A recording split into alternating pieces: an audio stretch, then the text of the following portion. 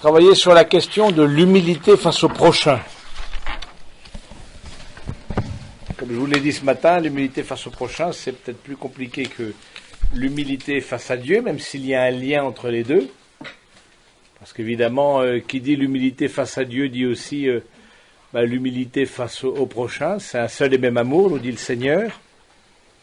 Et on voit bien que la place qu'on ne donne pas au Seigneur, et bien tôt ou tard, c'est la place qu'on ne donne pas au prochain. Et inversement. Vous voyez, donc c'est vraiment un seul et même amour, on le sait bien. Donc c'est vraiment ça, on distingue pour un peu mieux comprendre, mais c'est un seul et même amour, et une seule et même humilité.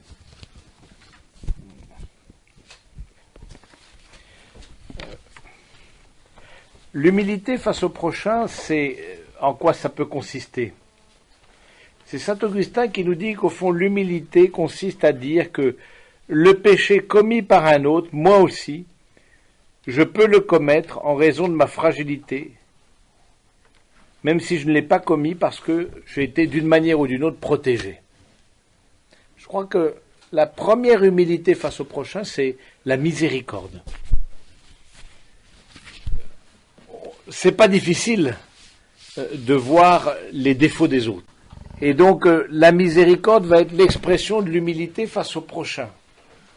Et quand saint Augustin dit justement, l'humilité consiste à dire que le péché commis par un autre, moi aussi j'aurais pu le commettre en raison de ma fragilité, mais si je ne l'ai pas commis, c'est que j'ai été d'une manière ou d'une autre protégé, ça nous incline à excuser plus qu'à accuser. À excuser le prochain plus à l'accuser. Je pense beaucoup pour des questions souvent épidermiques, vous voyez, des réactions épidermiques, chacun de nous, on a notre sensibilité, etc. Il y a des personnes, il suffit parfois qu'on les voit s'approcher, on les voit, tout de suite on est énervé, même s'ils n'ont rien dit. Les pauvres, ça peut arriver. Je ne parle pas de personnes ici présentes, parce que vous êtes dans la charité parfaite. Donc, mais imaginons d'autres personnes extérieures à cette salle, qui, je pense qu'on peut se mettre dans le lot tranquillement. On voit facilement les défauts les uns des autres. C'est pas compliqué. L'humilité consiste à excuser plus qu'à accuser. Pourquoi l'autre, au fond, agit comme ça? Est-ce que c'est un manque de confiance en soi? Est-ce que c'est un besoin d'être assuré? Est-ce que c'est un besoin de dominer? Et dominer pourquoi? Parce que besoin d'être reconnu. Oui, il y a des tas d'explications à la manière d'agir. Et les motifs sont souvent multiples. Il n'y a pas qu'une seule explication.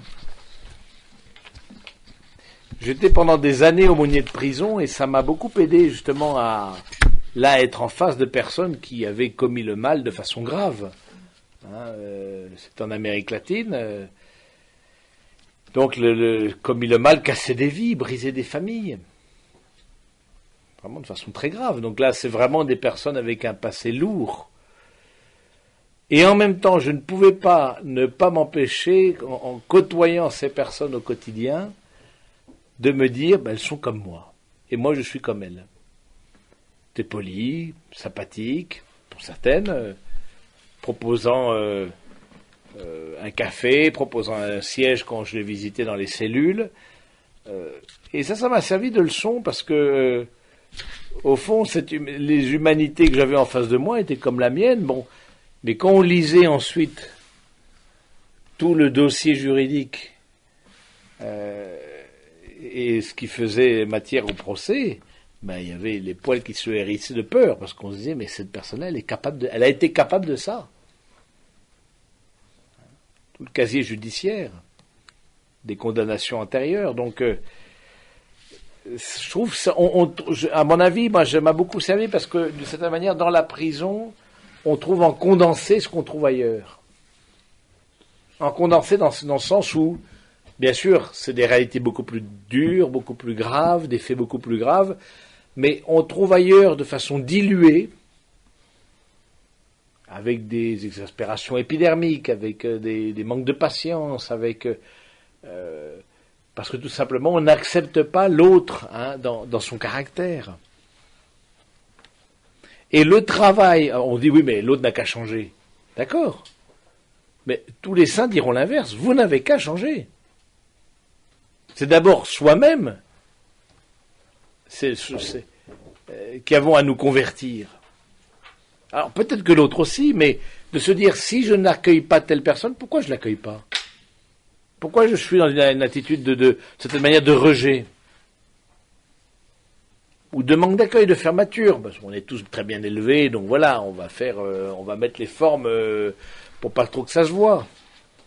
Mais au fond du cœur, je sais très bien que je l'accueille pas. Et puis l'autre le sait, souvent ça se sent. Qu'on veut accueillir quelqu'un qu'on veut pas l'accueillir, c'est très facile de montrer, par mille manières. Donc on se dit, mais pourquoi est-ce que ça me provoque en moi cette réaction de rejet? Qu'est-ce que ça vient toucher en moi, comme incapacité d'aimer? J'aime bien cette phrase cette méditation de Jean Vanier. Vous connaissez Jean Vanier, le fondateur de l'Arche, auprès des personnes handicapées, qui dit au fond, qui est l'ennemi? Eh bien, l'ennemi, c'est pas tant l'ennemi mortel qui m'attend au coin du bois, qui veut ma peau, il y en a très peu, quelques personnes qui sont touchées par ça, mais en général, l'ennemi, bon. En même temps, c'est important d'avoir des ennemis pour pratiquer l'évangile. Sinon, on ne peut pas pratiquer l'évangile. Mais vous avez des ennemis, nous dit Jésus. Si on n'a pas d'ennemis, on ne peut pas pratiquer l'évangile. Alors, comment est-ce qu'on fait? C'est qui l'ennemi? C'est la question. Et lui dit, au fond, l'ennemi, c'est celui qui vient toucher mon incapacité d'aimer. Celui qui me fait grimper du rideau, qui me donne de l'urticaire. Alors là, tout de suite, il y a une liste formidable qui s'affiche devant nous, d'ennemis, parfois très très proches, dans la famille, et souvent dans la belle famille. C'était pour plaisanter, pour citer personne. Donc, dans la famille, etc., et dans le milieu professionnel, dans l'église. Ah oui, les sensibilités sont heurtées. Voilà. Vous voyez, quand on est en face de ça, comment est-ce qu'on fait? Quand on est en face d'une personne, et soi-même, on peut l'être pour d'autres. Je veux dire, faut pas non plus penser qu'on est le carré des justes au milieu des pécheurs. Je veux dire, chacun, on peut l'être pour l'autre. Source d'exaspération, de monter au rideau, d'urticaire et compagnie. Alors, qu'est-ce qu'on fait dans ces cas-là? D'abord, on prend conscience de ça. Déjà, on met des mots. Pourquoi est-ce que cette personne-là m'agace? Pourquoi d'une certaine manière, je la rejette, et je serais content de ne pas la voir, même. Alors, bien sûr, je ne lui veux pas du mal, ça ne va pas jusque-là, mais je serais au moins content de ne pas la voir. Pourquoi? Pourquoi ça se passe en moi? Qu'est-ce que ça vient toucher en moi? Est-ce que ça vient toucher, est-ce que ça m'insécurise? Est-ce que cette personne-là vient réveiller en moi, au fond, toute une ténèbre, me rappelle d'autres personnes? Est-ce que cette personne-là, au fond, elle est fragile, et j'aime pas la fragilité? J'aime pas la fragilité, moi j'aime les gens forts. Est-ce que cette personne-là, au fond, je l'accueille pas parce qu'elle me dérange? Elle me demande quelque chose. Elle est insistante.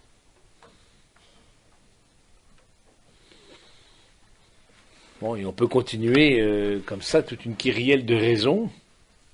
Justement, l'humilité, je veux dire, c'est d'abord l'accueil de l'autre. Si dans la règle de Saint-Benoît, et puis tous les ordres monastiques ont repris ça à sa suite, l'accueil, l'hospitalité était une des conditions de la vie monastique, c'est que précisément c'est un lieu de combat spirituel, parce que la vie monastique, de par sa nature, est entrée dans le combat spirituel, le combat intérieur, mais c'est aussi un signe de l'évangile, l'hospitalité. Alors, hospitalité de différentes manières. Alors, tout le monde ne peut pas accueillir dans sa maison, mais il y a plusieurs maisons. Il y a la maison intérieure. Est-ce que j'accueille au moins l'autre? Est-ce que je lui laisse un espace? Alors, vous voyez, l'humilité, c'est excuser.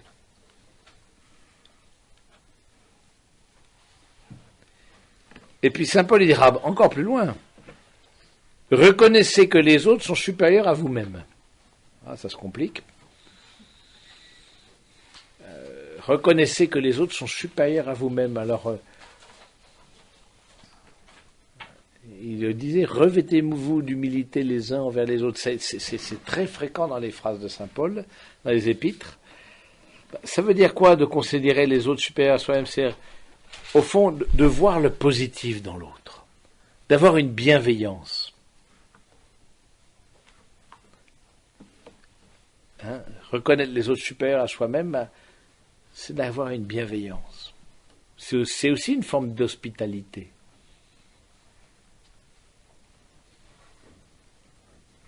La bienveillance. Vous voyez, le fait de vouloir le bien, bienveillance, c'est ces deux mots, vouloir le bien pour l'autre. Et se réjouir du bien qu'a l'autre, ou qu'est l'autre. Se réjouir du bien. Et s'attrister du mal. Ne pas dire, c'est bien fait, tiens, ça l'a bien mérité, alors s'il lui arrive ça, lui pendait au nez. Parfois c'est vrai que ça lui pendait au nez, mais bon, s'attrister du mal qui arrive, parce que le mal reste toujours un mal. Alors vous voyez, l'humilité, ce sera vraiment cette attitude de vouloir le bien, de bienveillance, d'excuser, de dire, elle a agi. Ça ne veut pas dire qu'on ne voit pas les choses. On voit les choses. Je me rappelle de cet évêque justement argentin qui me disait, c'est pas facile d'être bon et intelligent en même temps. La bonté, l'intelligence voit les choses, la bonté les excuse.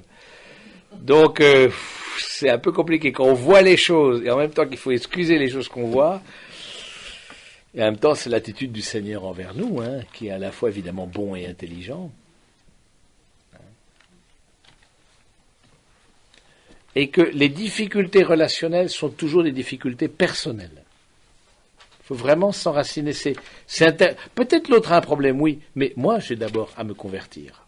Vous connaissez cet épisode de la vie de Mère Teresa, qui est un journaliste lui pose la question, mais Mère, quels sont, d'après vous, les grands problèmes de ce monde?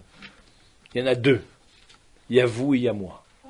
Quand on se sera converti, ça ira beaucoup mieux. Je ne sais pas pourquoi il n'a plus posé de questions après. Il a regardé par terre et a dit d'accord. Parce que c'est vrai. Parce que d'abord, commencer par soi-même.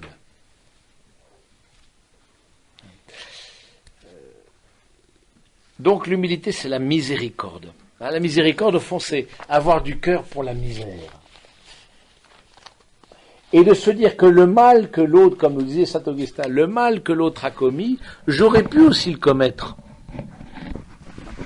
J'ai peut-être eu en pensée des actes, des pensées homicides. Tiens, si cette personne n'existait pas, ça serait peut-être mieux. J'ai peut-être eu des pensées impures, j'ai peut-être eu des pensées de désirer le bien du voisin, des pensées de mort. Et qu'est-ce que dit Jésus? Celui qui a commis dans son cœur déjà le péché, il devra en répondre. Alors je suis jamais passé à l'acte parce que je suis bien élevé, parce que j'ai une éducation, parce que ceci, parce que cela. D'autres n'ont pas eu cette chance et peut-être passent à l'acte plus facilement. Et c'est là où je disais qu'il y a peu de différence au fond dans ces humanités qui étaient prisonnières et moi-même. Parce qu'on trouve là comme une similitude. Je vais dire, si ce n'est que moi je ne me suis pas encore fait prendre, je vais dire, mais bon, mais c'est là où c'est très fort. C'est de se dire, est-ce qu'on n'est pas au fond dans cette même humanité pétrie à la fois par la grâce et puis marquée par le péché?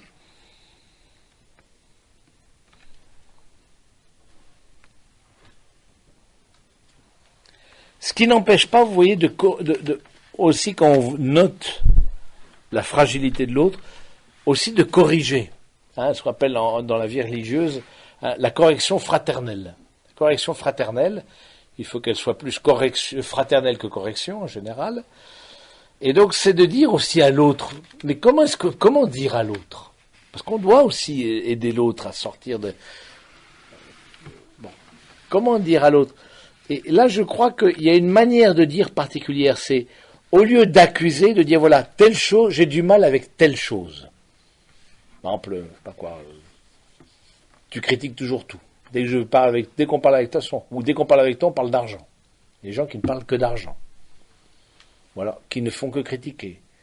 Ou, je sais pas, non, qui, d'une manière ou d'une autre, ne nous tirent pas vers le haut. Alors, face à ces personnes-là, est-ce qu'on va les laisser? Bon, on accueille, on excuse, etc., mais il faut faire avancer le public aussi. Donc, est-ce qu'on va les laisser d'une certaine manière dans cet état, ou est-ce que on peut dire une parole? Alors, si on a une parole à dire dans le cadre de la correction fraternelle, c'est de dire, mais pourquoi tu fais, non pas d'accusateur, tu fais ça, tu fais ci, mais de dire, cet aspect-là de ta personnalité me coûte. Vous voyez combien il faut d'humilité pour dire ça? Et donc, il faut d'amour. Ça me coûte. J'y arrive pas. Pourtant, on est amis, on s'entend bien, mais si je te le dis, c'est pas parce que je suis mieux que toi, ou pas parce que je t'aime pas, etc., mais cet aspect-là me coûte. Qui a le courage, face au prochain, d'avoir une attitude de correction fraternelle? Et ce qu'on a dit ce matin, c'est que le courage, c'était l'autre mot pour dire humilité. Que ce soit envers Dieu, que ce soit envers le prochain. Hein, la magnanimité, la grandeur d'âme. Alors, il ne faut pas se faire le correcteur de tout le monde et le redresseur de tort. Là aussi, vous savez, une correction fraternelle, c'est toujours important de se faire valider, toujours pareil, de se faire accompagner, de demander conseil. Écoute, je pense dire telle chose à telle personne. Demandez conseil. Quand vous avez envoyé un mail, par exemple, un peu difficile, demandez conseil. Il y a des mails parfois qu'on envoie un peu pour dire non, il y a telle chose qui ne vont pas, telle chose. Et par mail, c'est beaucoup plus dur que par oral. C'est 2 ou 3 fois plus dur. Donc du coup, il faut beaucoup plus mesurer ses paroles. Et ses mots plutôt. Donc, vous voyez, le fait de demander conseil. Mais si on a demandé conseil et que l'autre, d'une certaine manière, dit oui, il y a quelque chose qui me paraît objectif, bien, on peut dire les choses. Et c'est mieux de les dire, pas par écrit, en oral, en direct. Mais ça se pratique très rarement. La critique se pratique souvent en l'absence de l'autre. Mais en face de l'autre, de dire, écoute, telle chose, ça me coûte, c'est très rare. Parce qu'il n'y a pas assez d'amour, simplement. C'est un amour qui nous fait.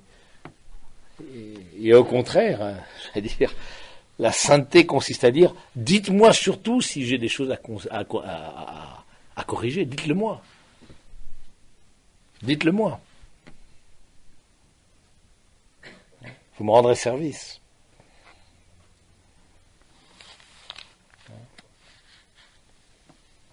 C'est pour ça que d'une certaine manière, cette attitude de miséricorde, au fond, cette attitude d'humilité, eh bien, elle nous appelle chacun à une grande humilité face au prochain, à accueillir son rythme, on en a parlé ce matin, à accueillir son caractère, à accueillir son histoire, à accueillir ses dons aussi. Parfois, il y a des dons, on voit des dons chez d'autres, qu'on a du mal à accueillir parce que parfois, on a l'impression de ne pas exister, on a l'impression de ces dons-là, d'une certaine manière, nous envahissent et nous étouffent. Accueillir le don de l'autre, et le don qu'est l'autre, c'est pas si simple non plus.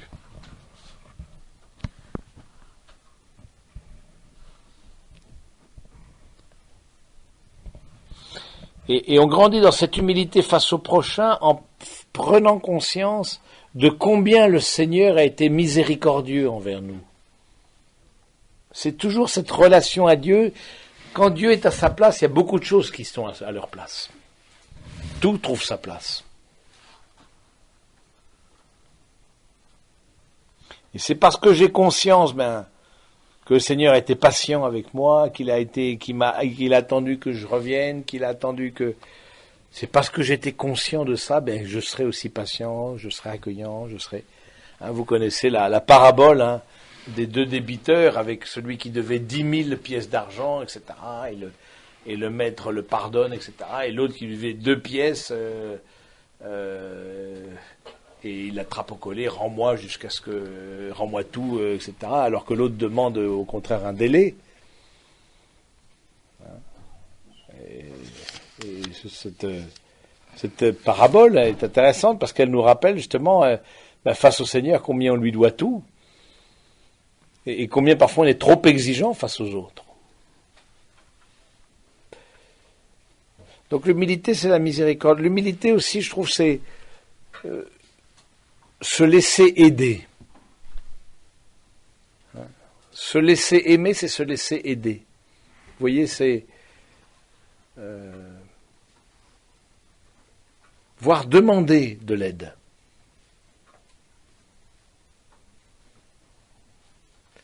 Voire demander de l'aide, parce que je crois que là aussi on n'a pas forcément spontanément, j'allais dire, l'attitude de demander, l'attitude de tendre la main, l'attitude de solliciter le soutien des uns et des autres. Et au contraire, quand il y a un soutien qui se propose, non, je me débrouille tout seul, ça va, c'est très bien. Alors qu'on aurait, ce serait peut-être utile. Oui, au fond, dans cette humilité, c'est ne pas avoir peur de montrer ses propres fragilités à l'autre. Et vous le savez mieux que moi que la vie matrimoniale, c'est d'abord l'union de deux pauvres. On met en commun aussi nos fragilités, nos incapacités, nos impuissances, nos dons aussi, nos talents. Se laisser aider. Et derrière ça, c'est, au fond, l'humilité, c'est ne pas se penser seul, mais se penser comme un corps.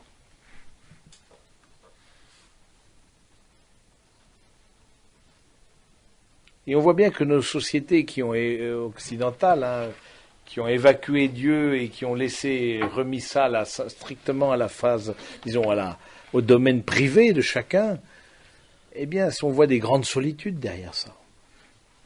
Il n'y a plus l'idée de corps, il n'y a plus l'idée de famille, il n'y a plus l'idée d'appartenance. Et c'est vrai que l'Église, au fond, est ce lieu encore où on fait partie d'un corps. Et on insiste sur le fait qu'on fait partie d'un corps. Ce n'est pas une juxtaposition d'individus. Et l'apôtre Saint Paul dira, on est membres les uns des autres. On est membres les uns des autres. Je ne peux pas dire je sans dire tu, sans dire nous. C'est ça l'Église. On est membres des uns des autres. Et c'est là où il nous faut convertir notre regard intérieur pour ne pas penser simplement de façon individuelle et portative. C'est se penser comme corps. Et on voit bien combien il y a beaucoup de travail dans la famille, justement, dans l'éducation. Je dis, non, il y a beaucoup d'ego, non, mais tu existes avec les enfants, il y a d'autres aussi qui existent, il y a les parents qui ont le droit à leur intimité, il y a chacun, c'est dans la famille qu'on apprend à se vivre, à se penser comme corps. Chacun a le droit d'exister. Et ce que tu fais a des conséquences aussi sur les autres. Donc, prends conscience de ça. Alors, je crois que c'est assez beau de cette découverte, justement, de l'humilité comme qui nous rend capables d'appartenir, de communion, au fond. L'humilité nous rend capables de communion. C'est l'autre manière pour dire la charité. On voit bien que tous les manques d'humilité sont les manques de charité, les manques de charité, les manques d'humilité. Je veux dire, c'est pratiquement synonyme.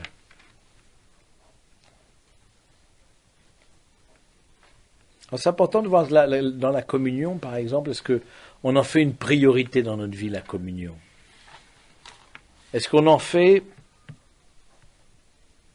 un critère d'éducation, par exemple? Est-ce que pour nous, c'est un critère important dans l'éducation, pour celles d'entre vous qui ont encore des jeunes enfants, etc., ou qui sont grands-mères? Voilà, faire prendre conscience de l'importance de la relation les uns avec les autres. On n'est pas sur une île déserte. On n'est pas tout puissant. Je ne suis pas tout puissant. Que ma volonté soit faite au ciel comme sur la terre. Non. Et c'est en nous. Je veux dire, ne nous voilons pas la face, c'est en nous. Cette toute puissance. Et donc, du coup, d'avoir ce sentiment, disons, ce critère d'éducation qui tient en compte la communion dans la famille, l'accueil les uns des autres, le pardon, mais aussi de façon plus large avec ceux qui peuvent entourer la famille, les grands-parents, oncles et tantes, cousins, cousines, voire les amis de l'école et compagnie. Donc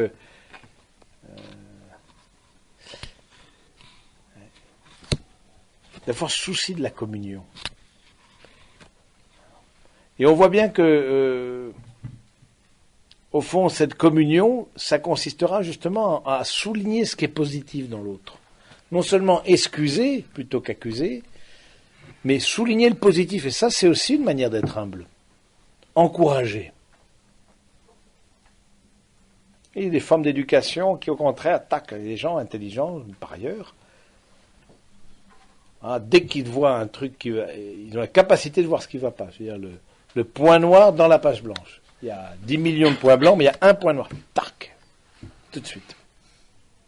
Oui, ça décourage, ça décourage un enfant, par exemple. Dans l'éducation, au contraire, l'éducation, c'est un rôle, c'est d'encourager. En particulier le père de famille a ce rôle-là d'encourager dans l'éducation. Mais donc, c'est important justement être humble dans la relation fraternelle. Dans les relations, c'est souligner le positif. C'est savoir, on a dit rendre grâce à Dieu dans la relation avec Dieu, mais rendre grâce à Dieu pour ce que le prochain porte. Je remercie le Seigneur parce que tu as cette capacité d'accueil, tu as cette patience, tu as cette disponibilité, tu as un don artistique, tu as un don dans la prière, tu as un don de joie, tu as un don de service.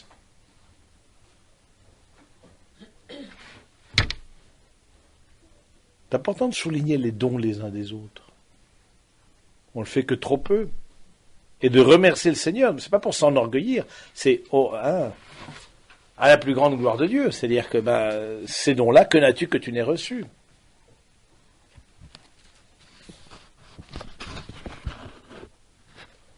Et justement, je trouve ça assez beau de souligner le positif, justement, on va dire d'excuser, mais d'encourager. Comme un signe d'humilité.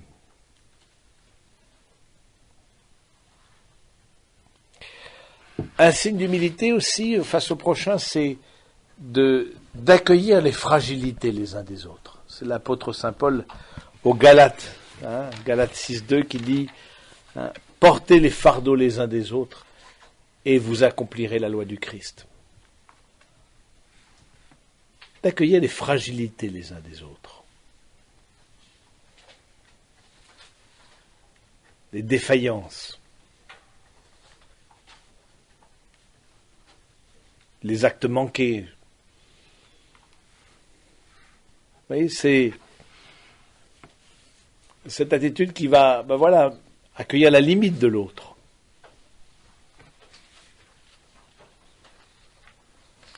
Nous rappelant à nous-mêmes nos propres limites,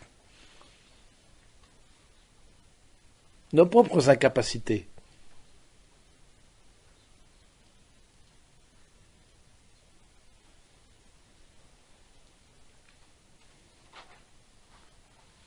Et on voit bien que c'est tout un chemin intérieur pour faire ça. C'est pas spontané. C'est pas du tout spontané. Il y a un chemin intérieur. Parce qu'on voit bien que c'est l'inverse qui est spontané. C'est l'accusation qui est spontanée. C'est souligner les défauts qui est spontané. C'est accuser qui est spontané. Ça, c'est très spontané chez nous. C'est de ne pas accueillir la fragilité de l'autre.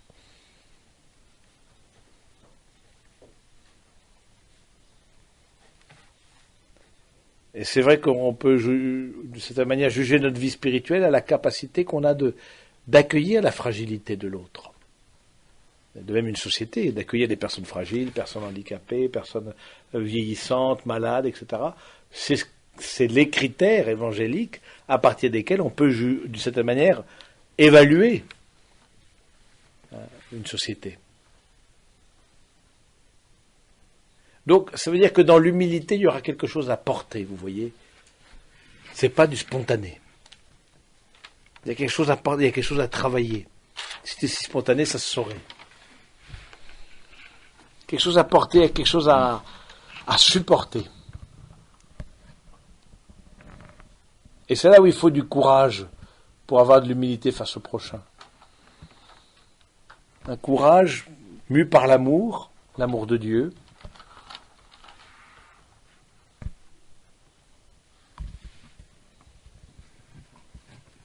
Et que sans ce chemin spirituel, on ne se fait pas illusion. Hein. Tout ce qu'on peut entreprendre, ce sera que des masques, des façades. S'il n'y a pas ce chemin vraiment qui est très profond, vous voyez, ça touche à des choses très profondes en nous. Par exemple, la question de la limite, la question de la fragilité, ça réveille beaucoup de choses en nous.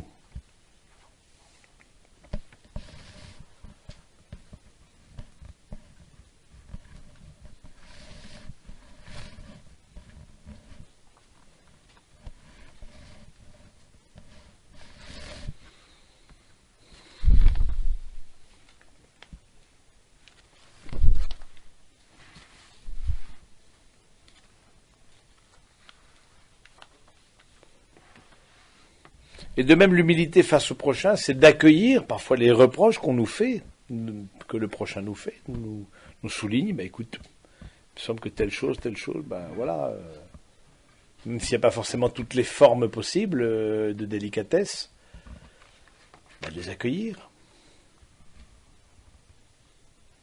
La petite Thérèse qui disait, il faut beaucoup d'humiliation pour un peu d'humilité, comme il faut beaucoup de lait pour faire un peu de beurre. Hein, parce que c'est vrai, d'accueillir les humiliations, les trucs qu'on n'a pas réussi, on est passé à côté, on aurait dû faire autrement, ça n'a pas marché. Comment est-ce que je me positionne par rapport à ça? Est-ce que je m'en veux? Ou est-ce que j'accuse? Est-ce que je me décourage? Ou est-ce qu'au contraire, ben voilà, j'ai une limite et je n'ai pas peur de la montrer. Et puis je le dis simplement, hein, devant le Seigneur d'abord, et puis mu par l'espérance. C'est ça, l'espérance qui fera que ben, je ne suis pas limité à mes propres incapacités, je peux aller plus loin.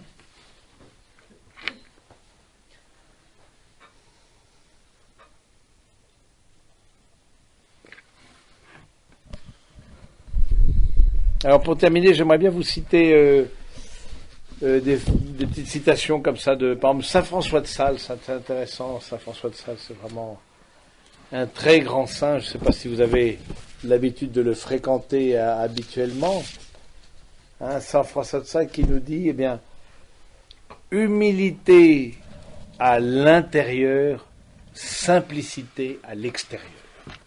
Être simple. Humilité à l'intérieur, simplicité à l'extérieur. Il faut être simple. C'est trop compliqué, on sent qu'il faut prendre des gants, on sent qu'on ne sait pas où on navigue. Vous voyez, on marche sur des œufs. On se dit, oula, il y a quelque chose qui n'a pas à voir avec l'humilité. C'est pas clair.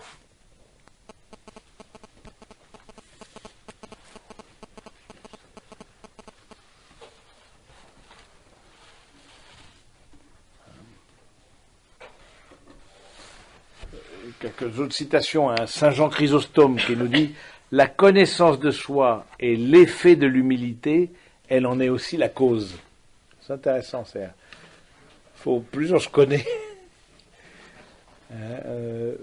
plus on rentre dans une certaine humilité, et en même temps l'humilité nous permet de nous connaître.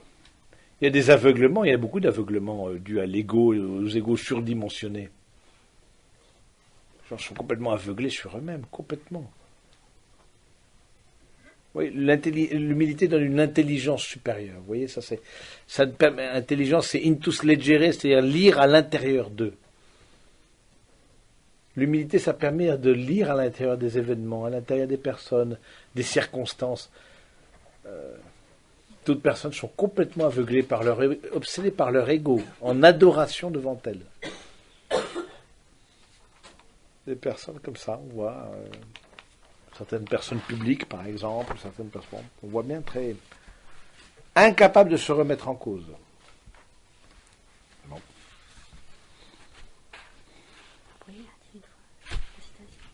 La citation, la connaissance de soi est l'effet de l'humilité. Elle en est aussi la cause. Saint Jean Chrysostome, la connaissance de soi est l'effet de l'humilité, elle en est aussi la cause.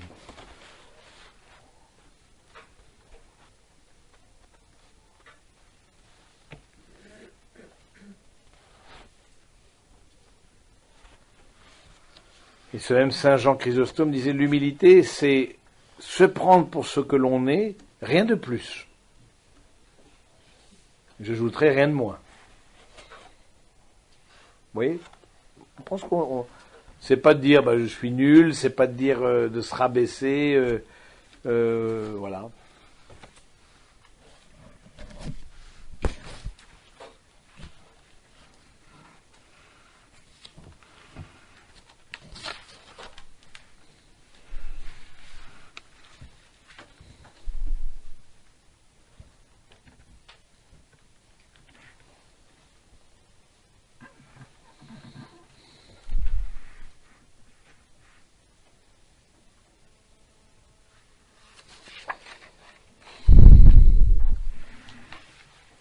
Alors, la susceptibilité est le pire ennemi de la charité, l'humilité est son meilleur allié.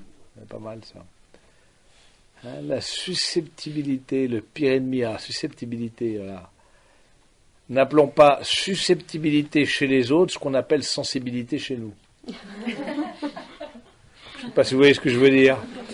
Hein, n'appelons pas susceptibilité chez les autres ce qu'on appelle sensibilité. Ah, moi je suis elle, c'est susceptible alors. Et moi je suis sensible, comprenez. Ça c'est de moi. Voilà. Vous voyez, donc il y a d'autres choses à dire. Mais peut-être on va arrêter là. Est-ce que vous avez quelques petites questions là-dessus pour terminer notre rencontre?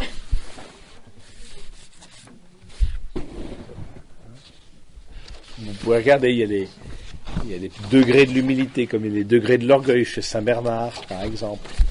Beaucoup de saints, on parlait de ça, c'est le cœur de la vie spirituelle. Donc,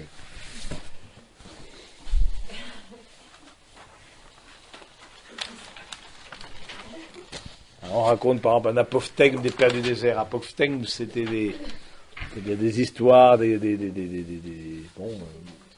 morales qui étaient des pères du désert, les premiers pères à être partis au désert, hein, ils vivaient comme ça en petite communauté d'ermites. Et il y en a un qui dit mais qu'est-ce que c'est que l'humilité? Et père, Abba, il disait comme ça, qu'est-ce que c'est que l'humilité? Il dit va voir les morts, et puis tu les encenses, tu les loues, tu les remercies, tu les traites de façon la plus sublime. Ok? Reviens, mon père, je l'ai fait, va voir les morts et insulte-les. Traite-les de tous les noms. Surprise, bon. Il revient, je l'ai fait, mais qu'est-ce qu'ils t'ont répondu?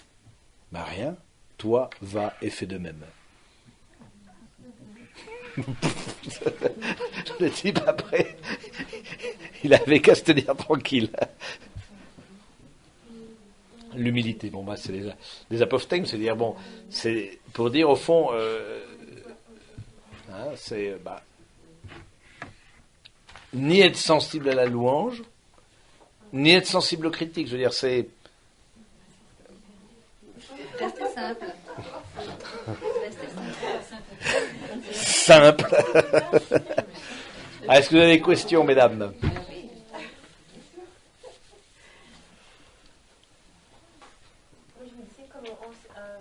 C'est difficile d'enseigner l'humilité, par exemple, à des enfants. On peut le faire, parce qu'ils sont aussi parfois, c'est parce que naturellement, un enfant a plutôt tendance à vouloir... Oui, naturellement, l'orgueil prime, ça c'est clair. Maintenant, je pense l'humilité, par exemple, dans la question du pardon, dans la question du partage.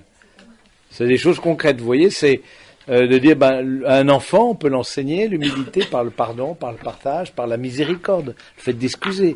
Tu vois, il y a tel camarade qui t'a fait ça, etc. Pourquoi? Ça veut dire prendre du temps, un peu décortiquer les affaires avec lui. Mais pourquoi est-ce qu'il a fait ça d'après toi? C'est quoi sa famille? Est-ce que tu connais sa famille? Est-ce que tu les connais les circonstances de sa vie? Est-ce que tu connais ceci? Est-ce que tu connais cela? Aider un petit peu l'enfant à prendre, ou même dans la famille, au sein même de la famille. Le fait de partager, de pardonner, le fait d'aider, le fait de demander de l'aide, le fait de prier, tout ça c'est l'humilité.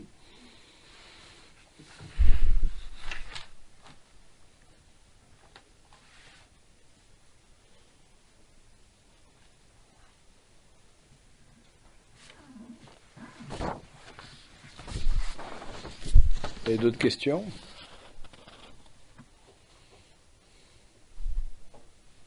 C'est vrai que ça calme. Après ça.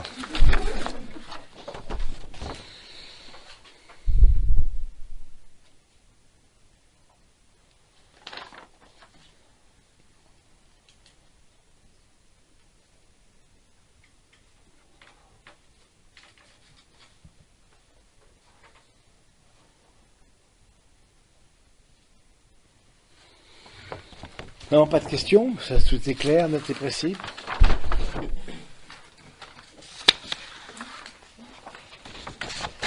Bien, mais... Je repars juste avec cette idée que l'humilité passe par l'acceptation des contretemps. Là, c'est une phrase qui m'a un peu fait. Ah oui, ça, oui, c'est sûr, oui, c'est l'accueil des contretemps, le lien au temps, par exemple, c'est vrai que c'est. J'avais jamais assimilé, mis. Bah oui, voilà, parce que c'est. Les choses vont pas au rythme que moi je veux. Et on aime bien que les choses aillent au rythme que moi je veux. C'est pareil, je veux dire. Voilà, tac, il y a un bâton dans les roues, il y a ceci, il y a cela qui se mêlent en travers. Voilà.